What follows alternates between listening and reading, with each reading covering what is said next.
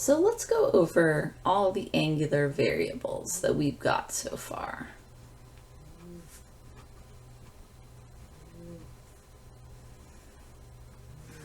So the very first one is the angular position.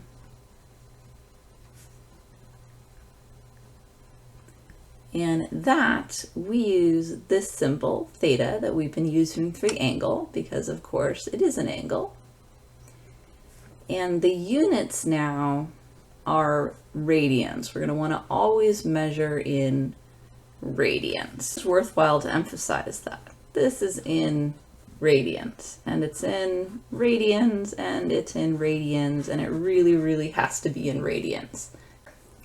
But just to help us convert back and forth, if you have 360 degrees, that's once around a circle in degrees, that's equal to 1 revolution or 1 rotation. And that's equal to 2 pi radians.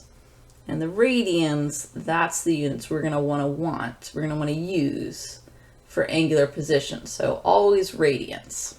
Okay, so angular position, what is that in terms of a rotating thing? So here I've got my little gyroscope. I've put a piece of tape here just so you can identify one of the points. And the radians is the angular distance. So how much, if I move it from this location here by the bar, if I just rotate it, the angular position is this distance, this angle that it's moved, either, from where, if I'm doing a displacement from where it started, or if I know where I'm going to call the angle 0, where the origin is, it's the distance from that.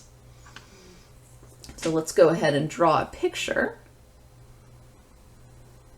So I've got my thing that rotates, and if it's moved from here over to like this point here, that's my angular distance. And mathematically, the angular position acts a whole bunch like just the regular old position.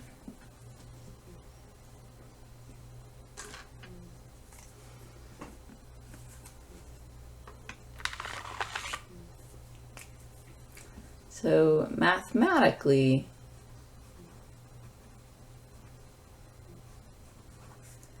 this acts like just position, which was the vector r. And now we're going to add in linear to what we had just been calling position to differentiate it between the angular position. And remember, the linear position had units of meters. So just keep in mind the angular position, mathematically, everything you would do with normal position, you can also do with angular position. And here, where we've got the angular position, we can also measure something called arc length. So that's kind of the distance of the arc that you would walk as you move from here to there, as you're rotating through that angle. So this is the arc length. And it's measured in meters, because it's the distance that you would walk along this path as you're moving through an angular position. And the relationship between the two is the arc length, which is in meters, is equal to the angular position, which is theta in radians, times the radius. And you'll notice we've got something odd going on with units here. This guy's in meters, theta is in radians, and r, that's also in meters. Put in this, but it must be in radians, and it's got to be in radians. It can't, this equation won't work if this isn't anything but radians. And so we've got meters times radians equals meters in terms of units. And that's something that's going to happen over and over again when you're dealing with angular stuff. The radians, they just they're a magical disappearing unit. You can think of them that way. Whenever radians get multiplied by meters, they go away. So just be aware of that. these guys disappear when they need to. And they also reappear when they need to. So radians are kind of a funky unit. There's a good reason for that, and that is because this is the radius. So you can kind of think of this R as having units of meters over radians, because it's the meters of the radius. Because of course when you're measuring it in radians, it's 2 pi of the radii of the circle is actually where the radian unit comes from. But you can also just be like, the radians will appear when they need to be there, and they'll disappear when they don't need to be there. That's totally fine. That will functionally get you all the right answers. So that's angular position, which again is just the location around the circle, whatever angle this little object is. So if I start here and I rotate it around to there, that's pi radians. I keep rotating it, that's 2 pi radians. And if I keep going, I don't reset it. If I travel up here, that's actually 3 pi radians, because I went around to 1 pi, and then I did 2 pi, and then I did 3 pi, and I could keep going. Now I'd be at 4 pi. And that's how the radians work. They just keep track of where we are, how many rotations we've gone through, with the connection, the unit conversion between degrees, revolutions, and rotations, which are the same thing, but are just 2 different ways to say the same thing, and radians. The next angular variable is angular velocity.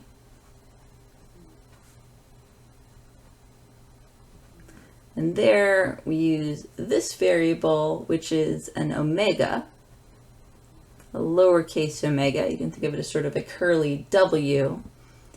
It has units of radians per second. And it is defined as the derivative of the angular position with respect to time. And I guess you can also do the average, which would be the change in the angular position over the change in time. And mathematically, it's a lot like just regular old velocity.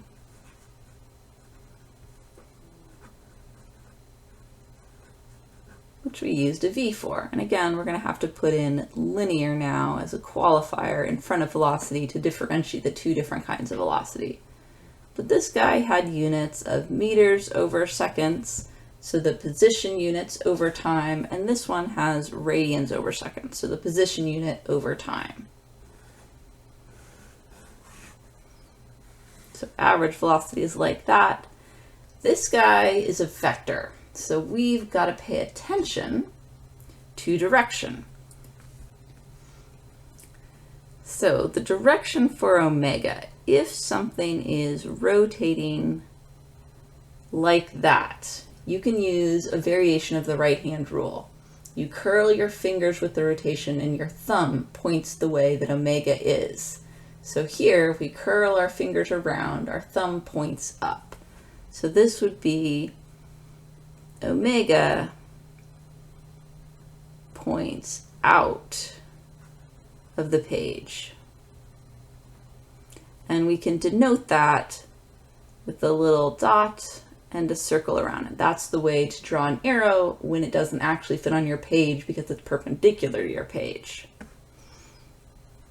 If, however, our little disc was rotating the other way, then we take our fingers and we curl them in the direction it was rotating, and our thumb would be pointing down.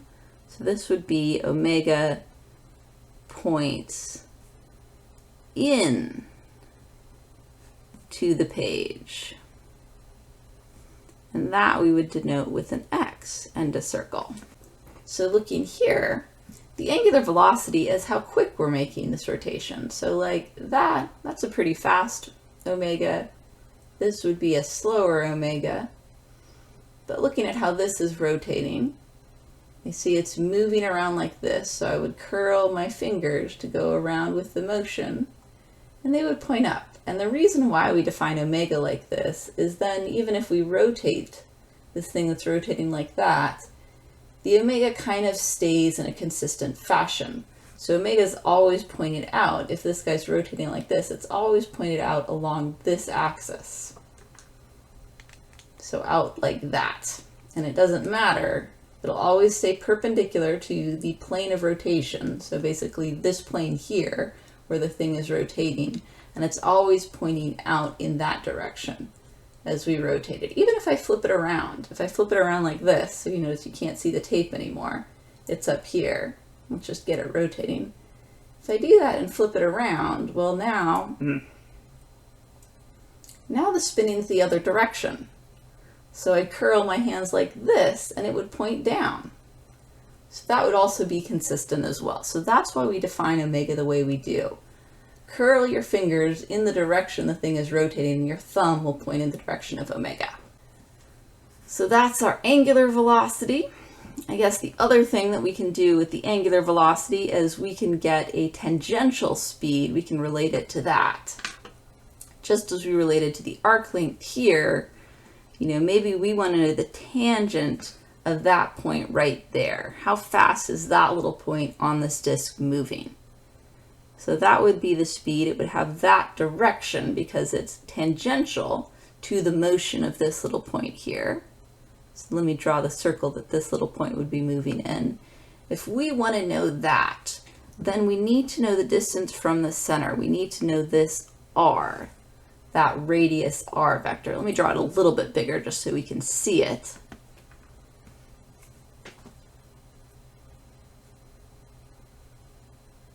So maybe we'll have r like that, and we want to know the tangent speed of something that is on that point. So v tangent, so it's a vector and it has direction off like that. The relationship between the tangent velocity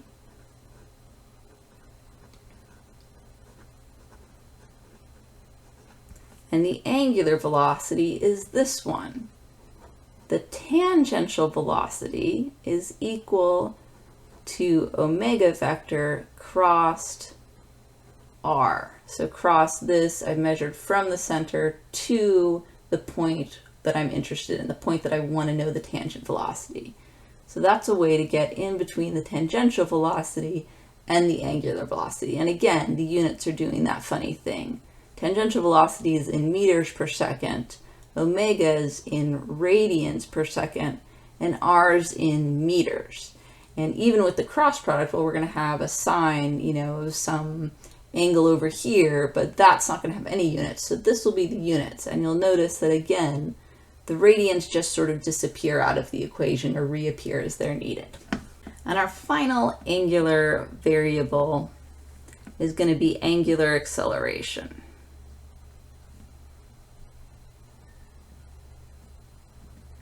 And that, we use this symbol, a little fishy. The name of the fishy is alpha. First letter in the Greek alphabet. Omega is the last letter in the Greek alphabet. Alpha, the acceleration, has units of radians per second squared. It is equal to the change in the angular speed per time. So it is equal to the derivative of omega with respect to time. If you're okay with getting just the average, then you can look at just the change in omega with respect to the change in time. And its direction, well, you can do the same thing you do with linear acceleration. If you're speeding up, then alpha has the same direction as omega. All right, so let's take a look at that. Got my little tape, I'm moving, and then I go faster and faster and faster. If I curl my fingers around with the direction of the curve, my thumb points up. That's the direction of omega. Omega is up towards you. And if I'm speeding up and going faster and faster and faster, then the acceleration is in the same direction as omega. So here, where I had omega was pointing up towards the camera, towards you guys, if it's speeding up, then alpha is also pointing up in that same direction. If it's slowing down, then alpha is in the opposite direction from omega. So that's just like the linear behavior. When we were slowing down, A was pointed in the opposite direction from V. When we were speeding up, A was pointed in the same direction for V. And angular acceleration, just like the other two, it's mathematically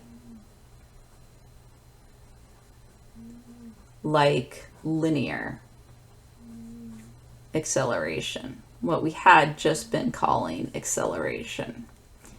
And linear acceleration has units of meters over seconds squared. And the angular acceleration has the units of radians over seconds squared, radians being the units of the angular position. And we can do a similar thing here. We have tangential accelerations, just as we have tangential velocities.